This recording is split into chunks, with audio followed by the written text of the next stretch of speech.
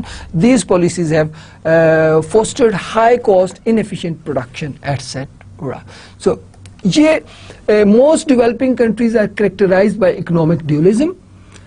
Dual economies have a serious problem of urban unemployment, right? So, یہ ہم نے بڑی تفصیلاً ڈسکس کیا ہوا ہے. The difference in wage between the modern and traditional sector have sometime been used as a case for tariff production of the industrial sector. اب دیکھیں یہ جو ڈفرینس ہے انڈسٹریل ایگریکلچر سیکٹر کے لیبر کی ویج کا, یہ جو ہے ٹیرف کے ذریعے سے پروٹیکشن دینے کے جو یعنی کہ انڈسٹریل سیکٹر کو پروٹیکشن دینے کا ایک آرگومنٹ جو ہے وہ لوگ جو ہے وہ جسٹیفیکیشن رادر آرگومنٹ جسٹیفیکیشن ہے.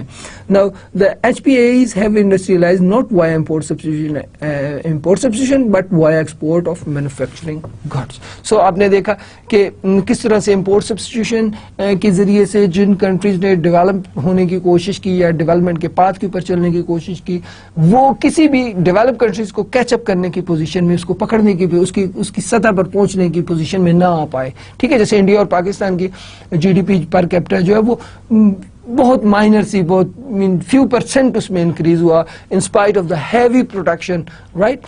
however جو آپ کے ایشین کنٹریز جو ایچ پی ایز جن کو کہتے ہیں, ٹھیک ہے, اس میں وہ تینوں گروپس آ گئے. ٹھیک ہے, جس میں 4 ٹائیگرز جو ہے ایشین ٹائیگرز کی بات بھی ہوئی ہے اور جس میں جاپان کی بات بھی ہوئی ہے.